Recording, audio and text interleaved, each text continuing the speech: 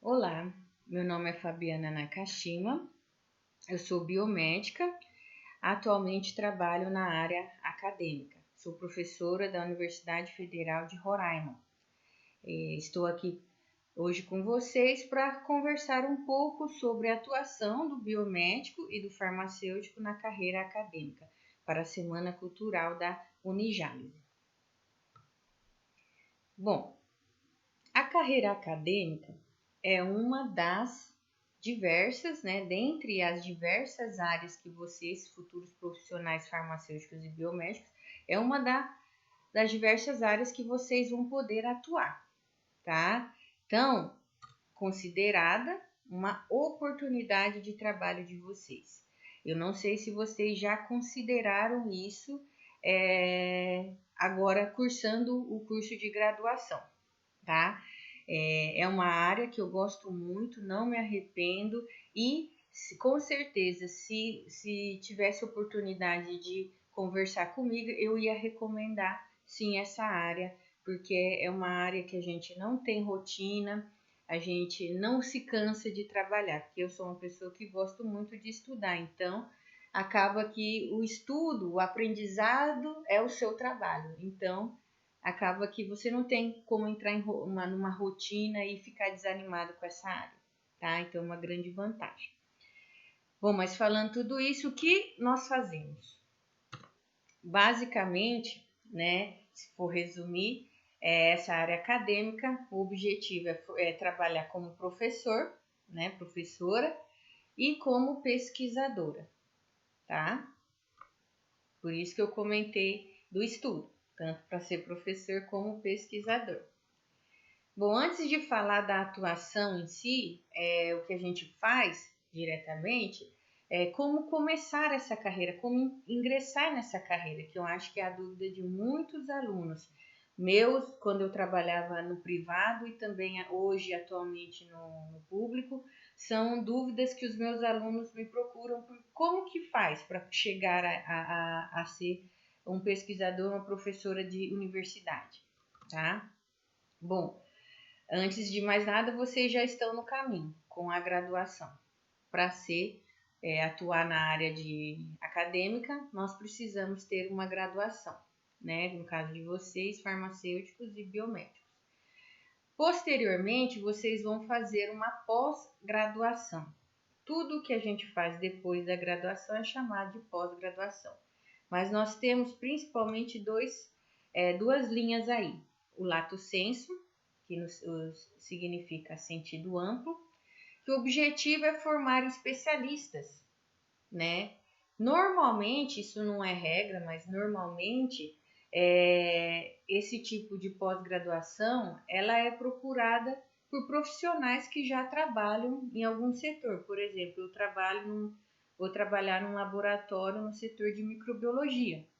Então, eu quero aprofundar ali, ter uma visão mais ampla, conhecimento mais amplo sobre aquele assunto. Então, eu vou fazer uma especialização de microbiologia, tá? E aí, muitas faculdades públicas e privadas oferecem esse tipo de pós-graduação, tá bom?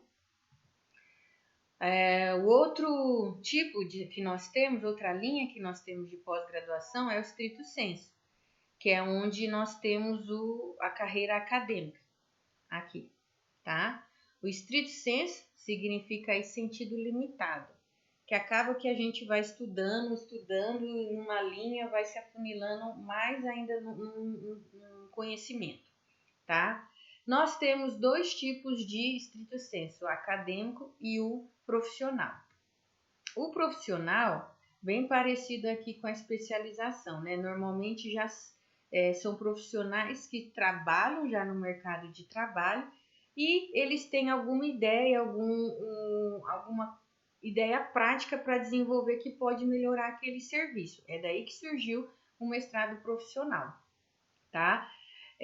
Por exemplo, aqui em Roraima, nós temos um curso de pós-graduação, mestrado profissional e nível de mestrado. E esse mestrado nós temos profissionais que desenvolvem o quê? Por exemplo, nós estamos agora no Covid, né? Enfrentando essa infecção, essa pandemia grave causada pelo vírus Covid-19. Ninguém sabe nada ainda sobre, está tudo muito novo. Então, tem profissionais que estão desenvolvendo fluxo de como entrar, um fluxo de biossegurança para evitar a contaminação das diversas áreas dentro de um hospital. Então, ela vai desenvolver um projeto e vai aplicar essa ciência, esse projeto no trabalho dessa pessoa. Entenderam? Então, uma aplicação, um fluxo rápido ali, um mestrado. Nós estamos lutando aí para ter o nível de doutorado, ainda não conseguimos. Isso depende muito do Ministério da Educação, da CAPES, que aprovar, né? Porque a gente precisa ter uma nota boa de mestrado para poder abrir o nível doutorado, tá? E o acadêmico ele é voltado ao desenvolvimento, à formação de professores e de pesquisadores. Normalmente iniciamos com o desenvolvimento do mestrado, de uma dissertação, depois uma tese de doutorado, e alguns profissionais fazem o pós-doutorado, que é desenvolver também projetos de pesquisas depois do doutorado. Ele não é um título, tá? Mas alguns pesquisadores que querem seguir carreiras pesquisando, até muitas vezes fazendo no exterior, para melhorar o currículo, publicações, eles fazem pós-doutorado, tá? Então, esse é o fluxo acadêmico para seguir a carreira acadêmica, tá? Falando um pouquinho mais aprofundado aí do estrito sensu acadêmico. Como eu comentei, a maioria das pessoas começam com mestrado, mas nós temos situações em que o aluno pode direto ir para o doutorado, dependendo do projeto, dependendo da qualidade da pesquisa dele, dependendo do programa, se permite ou não, tá? Então, depois que forma o aluno na graduação, o aluno pode começar a procurar faculdades, normalmente são faculdades públicas que têm o estrito sensu. Lá no site mesmo de todas as universidades, USP, Unicamp e até a Federal aqui, tudo vai ter os cursos de pós-graduação. E lá vai ter os mestrados, selecionar um curso e opção mestrado, sempre a gente começa assim. Nesse mestrado, o que nós fazemos? Ele tem durabilidade de 2 anos, a grande maioria, tá? E nós escrevemos e desenvolvemos, executamos um projeto de pesquisa, uma ideia. Essa execução do projeto vai resultar na dissertação, na elaboração de um documento que é a dissertação. É um trabalho científico que vai ter lá introdução, objetivo, materiais e métodos, discussão, conclusão, de tudo o que você fez nesse projeto e, logicamente, os seus artigos científicos, tá? Durante o curso de mestrado, nós temos que fazer, todo o programa pede, a proficiência de uma língua estrangeira. A grande maioria dos programas, eles solicitam o inglês como a proficiência, com a proficiência de língua inglesa, tá? E o objetivo de fazer o mestrado é a formação de professores, tá? Então, é aqui que a gente tem várias aulas, porque não é só desenvolver o projeto não, tá? A gente tem aulas presenciais sobre assuntos científicos e sobre assuntos de outras áreas de pesquisa, porque, por exemplo, eu fiz mestrado em genética lá no IBIUSE. Então, lá eu tinha de genética, meu projeto era de genética humana, mas tinha as disciplinas de genética de animais e outras que eu também poderia cursar para eu poder ter um conhecimento mais amplo sobre a genética, né? Porque a genética, principalmente, os avanços são feitos em animais, né? As grandes descobertas, são estudos experimentais, são em animais e não em seres humanos, tá? Depois do mestrado, a gente vai para o doutorado. Quem começa o mestrado normalmente já segue para o doutorado, né? Dificilmente para por ali, porque a gente acaba pegando gosto e a gente também tem o interesse de continuar estudando aquele assunto, tá? Então, aí vai para o doutorado. esse doutorado, aí eu já também tenho um projeto de pesquisa envolvido, eu vou desenvolver, escrever, idealizar, escrever e executar um projeto científico de pesquisa, só que a durabilidade do curso é de 4 anos. Por quê? Porque o objetivo do doutorado aí é formar pesquisadores, certo? E o projeto de pesquisa de um doutorando, ele costuma ser mais elaborado, inédito, mais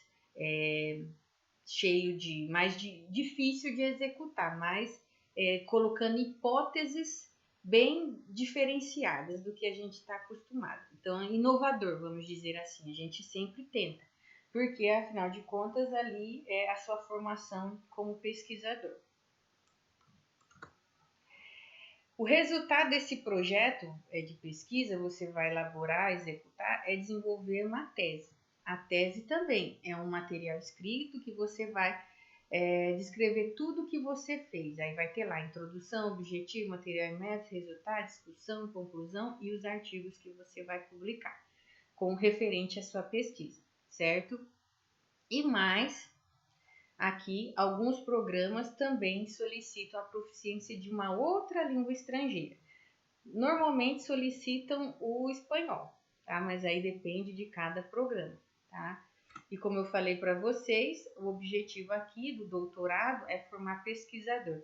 Então, vocês estão vendo que o stricto sensu, para seguir a área acadêmica, não é tão simples assim, né? Então, o professor que vocês têm aí na faculdade de vocês, o que ele fez? Ele se graduou, aí ele está matriculado ou já está formado no curso de mestrado, ele já é um mestre, ele passou por tudo isso e muitas vezes ele já é doutor também, passou por tudo isso daí, tá? E não é uma coisa simples, tá?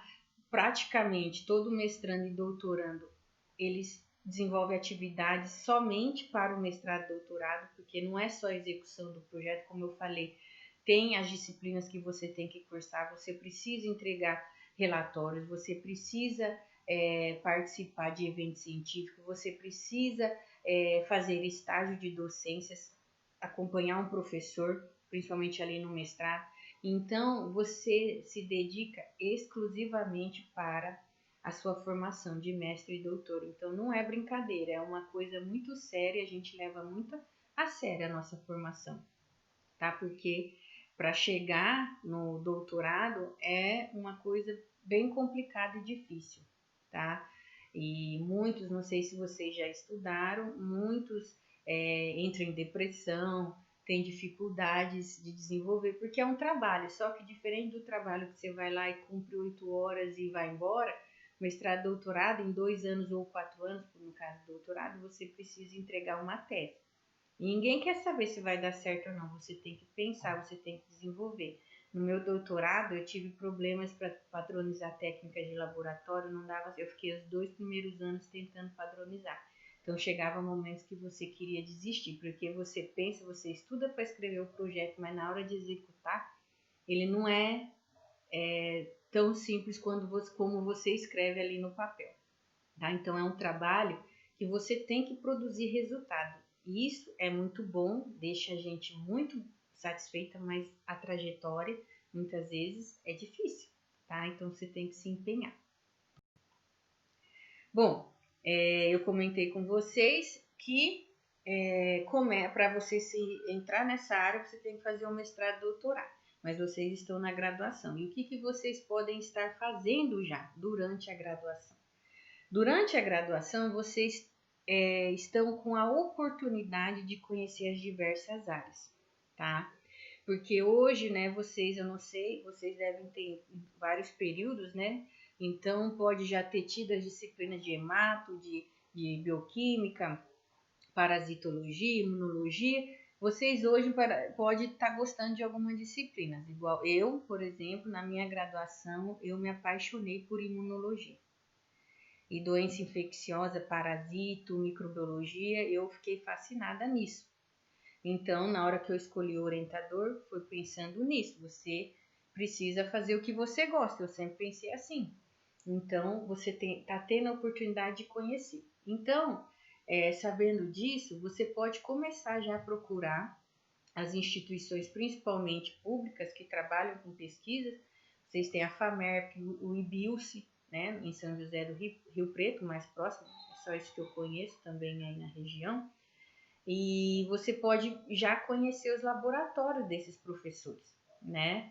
E pedir, né, se colocar à disposição para a realização de estágio básico, porque ali você vai ter oportunidade, durante a realização do estágio, esse estágio que eu falo é extracurricular, tá? Porque o curricular, provavelmente a faculdade vai oferecer para vocês, com seus convênios, né? O estágio extracurricular, a faculdade provavelmente vai formar convênios com a FAMERP, com o IBILCE, quando tem algum aluno, tem interesse, lógico, e aí forma esse convênio entre as duas faculdades, e aí o aluno de uma privada, de uma faculdade privada, pode fazer estágios numa faculdade pública.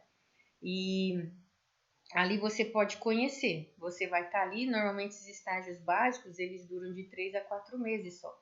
Então você vai ali, vai conhecendo, vai vendo o que o professor trabalha, o que os alunos dele trabalham, e aí você vai se norteando, tá? Você gostou? Se você não gostou, você tem a oportunidade de ir para outro laboratório fazer estágio, mas se você gostou daquele setor, você pode entrar como aluno de iniciação científica, como o próprio nome já está falando.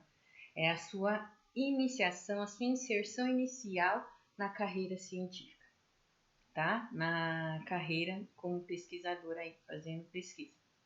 Ali, você pode, tá? Como iniciação científica, algumas faculdades têm bolsas. Aqui onde eu dou aula, na Universidade Federal de Roraima, nós temos programas de bolsa. Eu tenho 2 alunas bolsistas, elas recebem R$400 para desenvolver o projeto de iniciação científica delas. E durante essa iniciação você vai desenvolver um projetinho. Costuma ser menor, duração de 1 aninho. Lógico, porque você é um bebezinho, você está introduzindo na carreira científica. E normalmente você vai desenvolver um pedaço pequeno ali de um projeto de um aluno de mestrado ou de um doutorando, tá? Então ele vai sempre estar ali te acompanhando para ver se você está fazendo corretamente, claro. E porque ele precisa de ajuda, normalmente os projetos de doutorado são grandes e aí vai precisar de alunos ajudando ele. E ele ali já vai ter no primeiro contato com a orientação, orientando um aluno de graduação a desenvolver uma parte da pesquisa dele mesmo, tá? E não é perdido para o aluno de iniciação científica, porque esse projetinho que ele está fazendo como iniciação, muitas vezes ele é utilizado como trabalho de conclusão de curso. Fora que ele participa durante esse 1 ano, ele pode participar de evento, apresentar em resumos em congresso, publicar juntamente com o doutorando ou mestrando, tá? Isso já vai melhorando o currículo do aluno, tá? Porque na seleção do mestrado, inicialmente, ou do doutorado, uma das etapas dos programas é a seleção do currículo, é a análise do currículo. E aí, a análise do currículo é quem tiver mais produções científicas acabam tendo uma nota melhor, como todo processo seletivo, né? E ainda mais ele já vai fazendo, desenvolvendo o TCC dele, que com certeza vocês aí no curso de farmácia e da biomedicina, no final do curso, do quarto ano, vai ter que entregar e defender um trabalho. E esse trabalho já pode ser esse de iniciação científica, que é uma grande vantagem, tá? Muitas vezes também, o que acontece? Você está lá desenvolvendo seu projeto científico de iniciação, e esse projeto já acaba dando a ideia ou acaba sendo o ponto de partida ali para você escrever o seu projeto de mestrado, tá? Então, dando origem, sendo possível dar origem ao seu projeto de dissertação, de pesquisa do mestrado, para você se ingressar no processo de mestrado, no programa de mestrado. E no programa de mestrado, quando você já se candidata, muitas vezes o próprio programa lá do IBILCE, o programa da FAMERP, ele já tem bolsa, né? Algumas bolsas. E dependendo do seu currículo, normalmente o que impacta ali é o currículo, se você ficar numa boa colocação, você ganha bolsa. Na minha época, eu ganhava bolsa de R$1.200, tá? Não é muito, mas já é uma coisa, porque lembrando, você vai ter que se dedicar a esse projeto. Basicamente é dedicação exclusiva, você vai ter que se dedicar muito, não vai conseguir ficar trabalhando. Muitos orientadores não querem também que o aluno trabalhe, tá? Então você vai se dedicar recebendo para estudar, tá? Para mim é extraordinário isso, que você está ganhando conhecimento e está recebendo por isso. Isso é muito bom.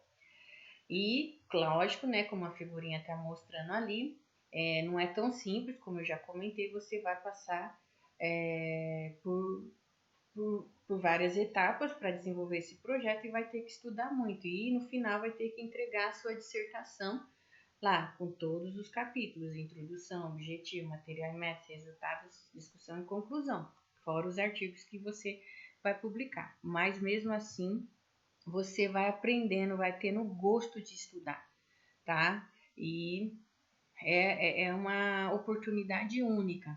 Eu recomendo muito, tá? Aqui, né?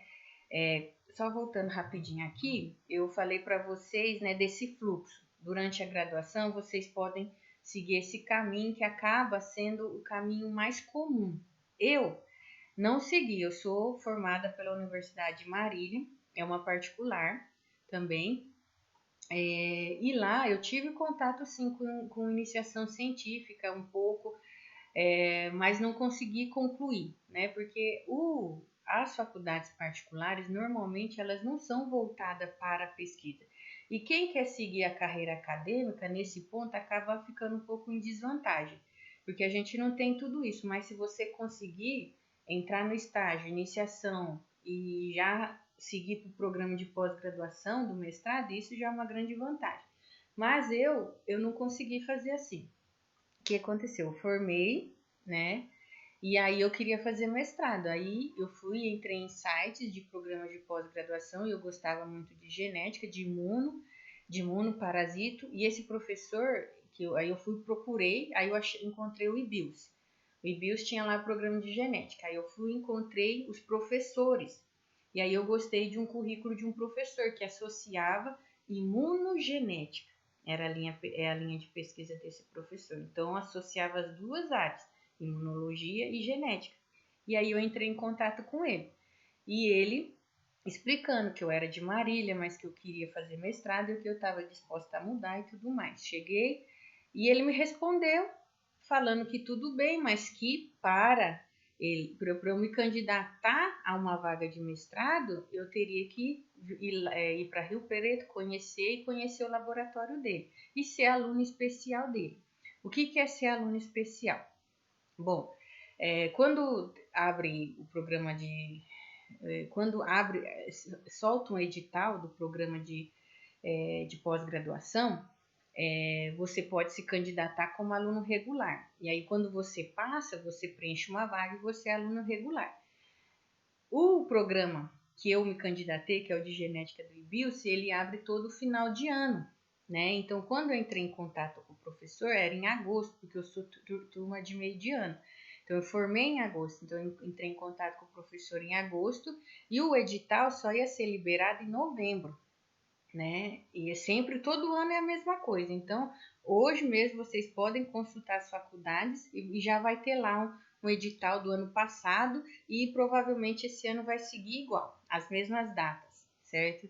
Então, ele falou, vem ser meu aluno especial. Ele ia dar uma disciplina de imunogenética em outubro e novembro.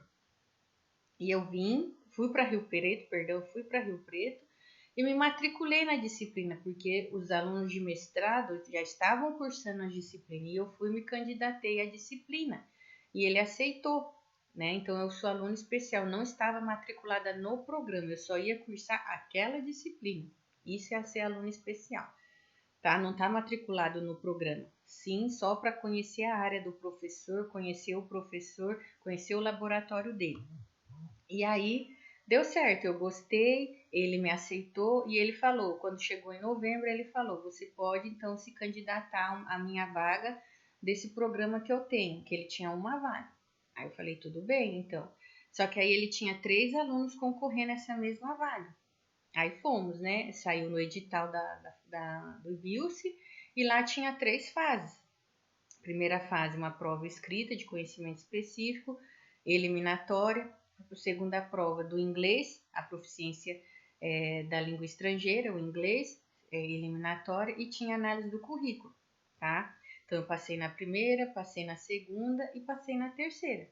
E aí, eu entrei no programa de pós-graduação como professor, tá? Eu sei que parece uma coisa bem trabalhosa, mas é muito gostoso você indo assim, passando, você vendo o seu reconhecimento, você estudando, se dedicando e tendo as suas realizações. Isso é muito bom, tá? É uma coisa que ninguém tira da gente, essas conquistas, tá? Então aqui eu vou mostrar como eu fiz e eu fiz já como para me candidatar diretamente como mestranda, mas vocês podem já ir procurando para pedir para o professor para você fazer um estágio lá, para conhecer a área do professor, tá? Então aqui, digita lá o endereço da faculdade, eu coloquei o IBILSE aqui porque é o que eu fiz o mestrado, tá?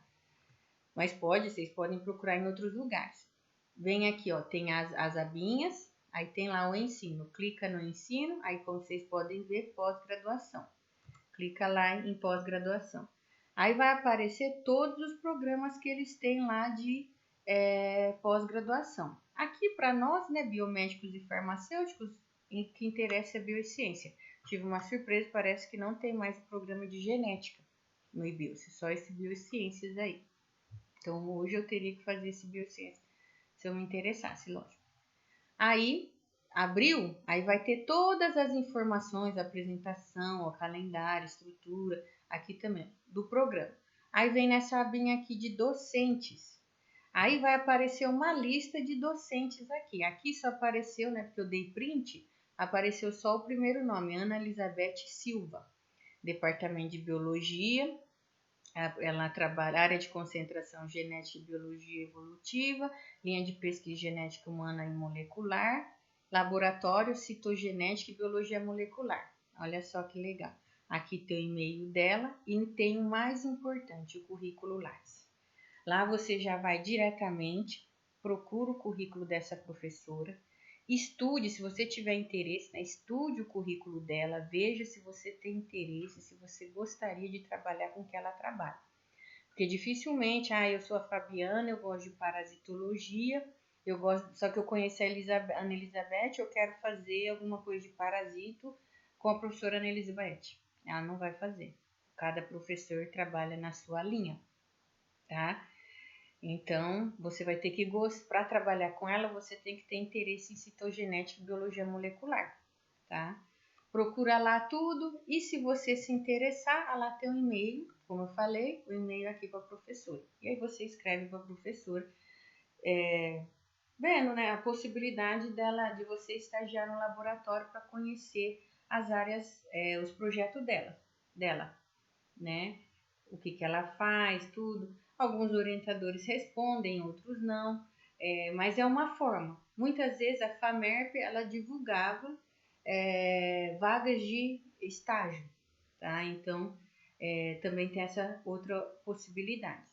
Mas tudo é conversando, você tem que ir atrás. Agora, como aluno, eu fui já como profissional atrás e também consegui. Então, nada é perdido, a gente pode conseguir em qualquer momento da vida, tá? Basta querer e ser persistente e ir atrás. Tudo bem? Bom, agora falando um pouco da atuação dessa carreira acadêmica. Eu tive a oportunidade de trabalhar nos dois setores, no privado e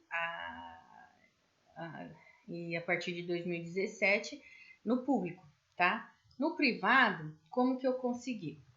Bom, teve os processos seletivos, eu mandei o meu currículo e fiz o teste. O teste normalmente era aula teste. Então eu chegava lá no dia, a pessoa me falava, entregava o currículo, batia de porta em porta muitas vezes. A Unirp, ela abre o processo seletivo, mas Unilago ou outras, elas não. Elas você entrega o currículo, muitas vezes quando eles precisam, eles te chamam. E aí tem uma aula teste. Eu passei por isso.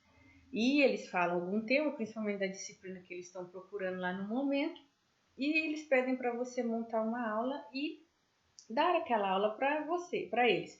Normalmente é coordenador do curso.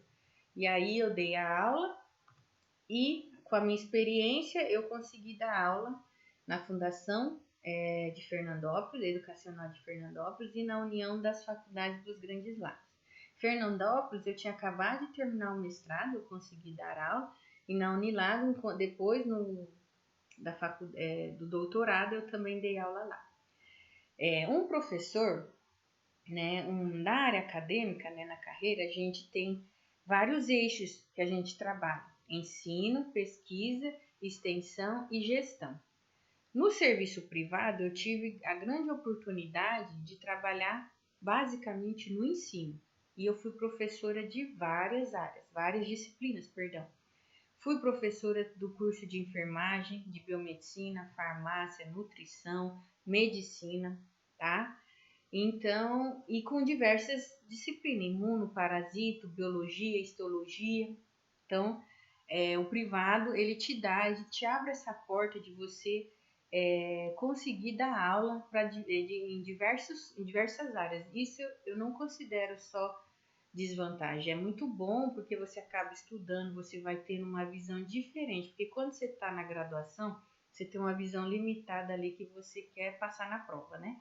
Mas depois você quer aprender, você quer ter o conhecimento, né? Então, se o aluno conseguir já nesse momento de graduação ter essa visão, é muito melhor. Mas normalmente a gente adquire essa visão de querer aprender mesmo conteúdo, saber das coisas lá na hora que vai trabalhar, né? E aí é onde a gente encontra dificuldades e algumas vezes os profissionais desistem por causa disso, mas não, nunca a gente pode desistir. Mesmo não tendo aquele conhecimento aprofundado na graduação, não desista. Você consegue, você é um profissional, estudou, passou, você vai conseguir desenvolver esse conhecimento posteriormente, tá? Em qualquer fase da vida, porque as informações estão aí, você consegue adquirir ela e você consegue sozinho aprender, porque na faculdade você aprende a estudar também, isso é um ponto muito importante, no mestrado, doutorado também, tá? Bom, no público já foi um pouquinho diferente, né? Eu procurei lá no PCI concursos e aí tinha vagas para várias faculdades e tal. Eu tentei na Universidade Federal do Mato Grosso e aqui de Roraima. Foi essas duas que eu tentei. E toda vez que tem uma vaga, eles publicam em edital. E lá o edital, a vantagem do público que eu vejo, você se candidata por uma vaga, uma disciplina específica. No caso aqui, eu me candidatei para a disciplina de histologia. Eu já tinha dado aula, tudo, então eu me candidatei. Aí, como todo processo seletivo que é guiado por um edital, né, eu fui seguindo o edital. Então, teve uma prova escrita de conhecimento específico, né? Ela foi de caráter eliminatório. Então, aqui nós começamos com 6 concorrentes na época que eu prestei. Aí, 3 passaram e 3 não passaram. Aí, 3 foram, então, para a prova didática, porque como a prova escrita era eliminatória, a pessoa que era eliminada não passava para a próxima fase. Aí, fiz a prova didática também eliminatória. Eu passei também e fui para a prova de currículo. Só que aí a prova de currículo já não era mais eliminatória, era classificatória. Então, até aqui passei.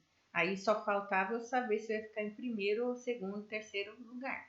Aí, graças a Deus, fiquei em primeiro lugar e aí assumi a vaga aqui na Universidade Federal de Roraima de professora de histologia, certo? E atualmente o que eu desenvolvo aqui? Com relação ao eixo de ensino, lembra que eu comentei que como professor de atuação, a área acadêmica, a gente tem esses 4 eixos: ensino, pesquisa, extensão e gestão. Como ensino, eu trabalho principalmente como professora da disciplina de histologia, mas não restrita, mas eu trabalho principalmente nessa disciplina. Na pesquisa, hoje atualmente eu tenho 5 alunos de iniciação científica e todos eles desenvolvendo projetos na linha de pesquisa de doença infecciosa. Aqui em Roraima, nós estamos num ambiente, né, propício para doenças infecciosas de arboviroses, doenças parasitárias, malárias, chagas. Então, é a área que eu escolhi e eu trabalhei um pouco no mestrado, doutorado com toxoplasmose e também tem um pouco de imuno nisso, então acaba que eu me realizei seguindo essa linha aqui, desenvolvendo aqui na faculdade, tá? Extensão, eu trabalho com vários projetos de extensão, porque um profissional, o perfil do egresso, né, até vocês como graduados futuramente, vocês também têm a responsabilidade com a comunidade de passar orientações, conhecimentos acadêmicos. E aqui na faculdade pública, né, a gente desenvolve muito isso. A gente desenvolve vários projetos para auxiliar a nossa comunidade aqui. Atualmente, a gente está trabalhando no projeto de enfrentamento do Covid-19. Nós estamos capacitando alunos e profissionais da saúde para enfrentar essa pandemia que está, infelizmente, né, provocando grande doença e altas taxas de mortalidade na nossa população. E também estou tendo a oportunidade de trabalhar no eixo gestão. Sou coordenadora atualmente de um DIGTER, que é um programa interinstitucional de doutorado entre a faculdade aqui que eu dou aula, Universidade Federal de Roraima, e a Fiocruz. Nós temos 4 professores do curso de enfermagem que estão nesse programa e eu sou a coordenadora. Então, no serviço público acabou que eu consigo desenvolver todos esses eixos. Então, acaba que eu me tornei um profissional mais completo, né, atuando em diversas áreas. E eu, graças a Deus, estou muito feliz com isso, né, porque a gente trabalhando, fazendo o que a gente gosta, acaba que a gente se sente bem. E isso é muito bom, fazer o que gosta, porque trabalhar com o que não gosta é muito complicado. Por isso que vocês estão na oportunidade de conhecer o curso, conhecer as áreas e para escolher, né? E aqui eu tô querendo apresentar uma dessas grandes áreas para vocês, certo? Aqui eu trouxe para vocês algumas fotinhas, tá? Aqui o Laboratório de Histologia da Federal, e dando aula aqui, na verdade eu estava dando um treinamento aqui sobre avaliação de lâmina de esfregar sanguíneo. Temos poucos alunos aqui, mas por causa desse momento que estamos passando do Covid. Aqui nosso grupo de extensão, alguns alunos que trabalham com nossos projetos de extensão, a professora Leila e eu aqui. E aqui eu tenho uma das alunas, né, essa aqui é a minha aluna bolsista, a Natália, apresentando o projeto dela de iniciação científica no evento Infecto 2019, num congresso de infectologia, tá? Então, como vocês podem ver, eu trabalho nesses vários eixos e que acaba me tornando um profissional bem completo, tá bom? Aqui, então, muito obrigada. Agradeço principalmente o professor Luiz Lenin, que me convidou. Agradeço por essa oportunidade de estar falando sobre a atuação dos farmacêuticos e biomédicos na carreira acadêmica, que é uma carreira que eu gosto muito, tenho muito orgulho de ter seguido esse caminho. Deixo meu e-mail para qualquer dúvida, tá? Aqui, fabiana.nakashima@ufrr.br. Então, muito obrigada.